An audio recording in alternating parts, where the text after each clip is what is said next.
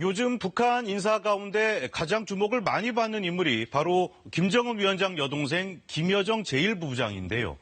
김정은 위원장을 보필하던 과거 모습과는 달리 최근엔 사실상 북한 정권 2인자로서 국정 운영의 중심으로 떠오른 것 같습니다. 지난 4일 발표한 대남 비난 담화는 더욱 공고해진 정치적 위상을 대내외에 확인시켜 주었는데요. 북한은 왜 이 시점에서 김여정 제1부부장을 내세워서 대남 압박에 나선 걸까요? 김여정 제1부부장의 달라진 행보를 클로즈업 북한에서 짚어보겠습니다. 지난 2018년 2월 북한 고위급 대표단을 태운 전용기가 인천국제공항에 도착했다.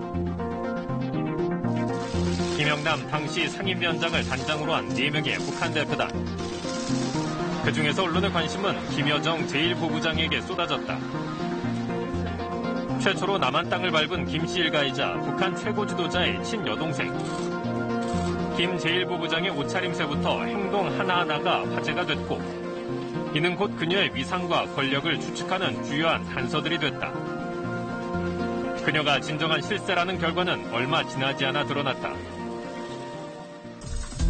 김영남 당시 상임위원장이 공항 귀빈실로 들어서는 장면. 김 상임위원장이 갑자기 멈춰서서 누군가를 기다리는 장면이 포착된 것.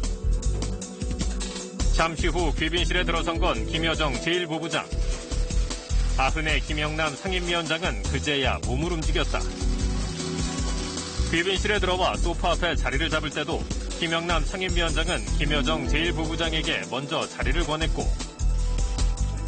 이동을 할 때도 김 제1부부장의 경호 인력이 더 많은 것을 확인할 수 있었다. 김여정 제1부부장의 정치적 위상이 확실시된 것은 청와대 방문이었다.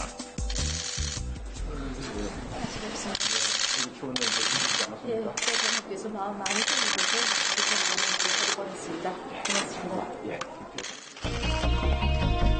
이 자리에서 김 제1부부장이 김정은 국무위원장의 친서를 직접 전달하며 자신을 특사로 소개한 것이다. 2017년에 김여정이 당 중앙위원회 정치국 후보위원이 된 다음에 김여정의 위상이 많이 달라졌습니다. 김정은과 이제 보다 대등하게 국정을 논의하는 이제 협의 파트너가 됐다라고 이제 볼 수가 있겠고요. 그 높아진 위상이 2018년 김여정 제1부부장이 고위급 대표단으로 한국을 방문했을 때 명확하게 드러났습니다. 이후 김여정 제1부부장은 대내외 부대 곳곳에서 존재감을 과시했다. 서열이 높고 연로한 당 간부들이 있다 하더라도 김정은 위원장을 최측근에서 보필하고 현장 전반을 장악하고 있는 듯한 모습도 자주 목격됐다. 이처럼 등장하는 시기와 장소마다 극적인 효과를 보여주며 화제의 중심에 있었던 김여정 제1부부장. 이제 전문가들은 더 이상 김여정 제1부부장의 위상이 아니라 지난 2년간 달라진 그녀의 역할에 주목해야 할 때라고 이야기한다. 사실상 2인자로서의 어떤 위상을 가지고 있었다고 볼 수가 있는데 올해 들어와서는 김여정이 구체적으로 그러니까 정책 결정에 있어서까지 상당한 영향력을 이제 행사하는 단계로 더 한 발 나아갔다라고 볼 수가 있습니다. 경의하는 최고령도자 김정은 동지께서 조선인민군 전선 장거리 포병 구분대들의 화력 타격 훈련을 지도하셨습니다. 지난 3월 2일 북한 당국은 강원도 원산에서 동해로 초대형 방사포 2발을 시험 발사했다. 이에 우리 정부는 관계부처 장관 회의를 열고 우려 표명과 함께 훈련 중단을 촉구했다. 그런데 여기에 대응하고 나선 것이 바로 김여정 제1부부장이다. 자신의 성명으로 낸 첫 대남 담화. 그는 청와대의 반응을 비논리적 주장과 언동으로 몰며 우리 측의 대응이 남한에 대한 불신과 증오, 경멸만을 증폭시킨다고 주장했다. 여기에 조능한 사고방식, 3살 난 아이들, 완벽하게 바보스럽다와 같은 원색적인 비난도 서슴지 않았다. 트럼프 미국 대통령의 친서를 받았다는 내용의 두 번째 담화에서는 남한에 대한 비난이 없었지만 지난 4일 발표된 세 번째 담화에서는 더욱 수위를 높인 대남 비난 담화를 발표했다. 주목할 점은 김여정 제1부부장의 담화가 노동신문에 게재됐다는 것. 그리고 북한 당국이 담화의 내용을 곧바로 실행에 옮겼다는 점이다. 이는 북한 정치사상 전례를 찾아보기 힘든 상황으로 김여정 제1부부장의 역할이 김정은 위원장의 보필에서 국정 운영으로 전환되고 있음을 추측하게 하는 대목이다. 그러니까 이거는 거의 처음 북한 3대 체제가 내려오면서 처음으로 지도자가 아닌 사람에게 권한이 이렇게 부여되는 건데 담화문이 평양시 집회에서 담화문이 인용이 되고 그리고 통전부 대변인 발표 성명에 김여정 동지가 총괄한다는 의미가 쓰여져 있고 지시라는 말이 나와 있고 이런 것을 보면 김여정이 국정 전반에 걸쳐서 업무를 보고 있다. 이런 추론은 분명히 가능하고요. 그렇다면 북한 당국은 왜 김여정 제1부부장의 이름을 걸고 대남 압박에 나선 것일까? 전문가들은 가장 먼저 북한 엘리트의 몰락을 꼽는다. 김정은 위원장의 정상회담 진출과 함께 이른바 파워 엘리트로 불리며 대남, 대미 사업에 깊숙이 관여했던 북한의 고위 관료들. 그러나 2019년 하노이 북미 정상회담 결렬 이후 이들의 위상은 추락했고 북미는 물론 남북관계까지 악화 기로에 놓이면서 북한 당국에겐 김여정 제1부부장이라는 새로운 정치적 카드가 필요했다는 분석이다.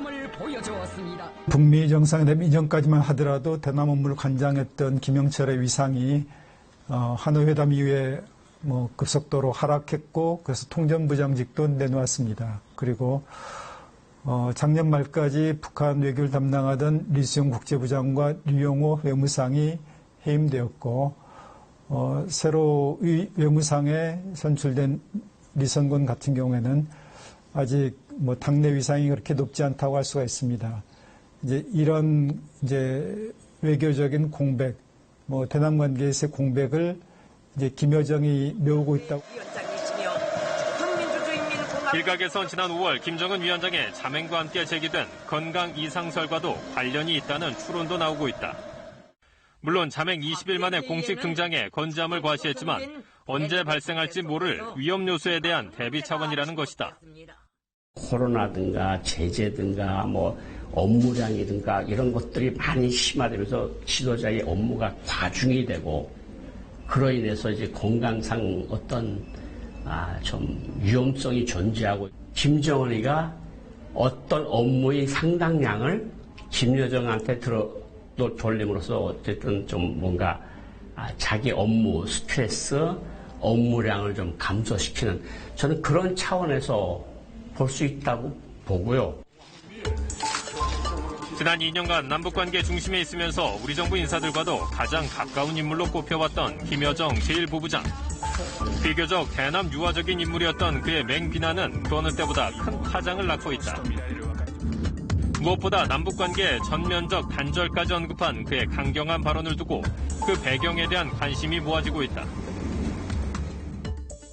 미국과 그리고 한국과 더 이상 협상하지 않겠다는 그런 기조하에서 독자적으로 경제건설 추진해 나가야 되기 때문에 결국 김정은 위원장으로서는 자신의 힘만 가지고는 부족하고 자신의 입장을 잘하는 김여정의 조력이 더욱더 필요하게 되었다라고 해석을 할 수 있을 것 같습니다.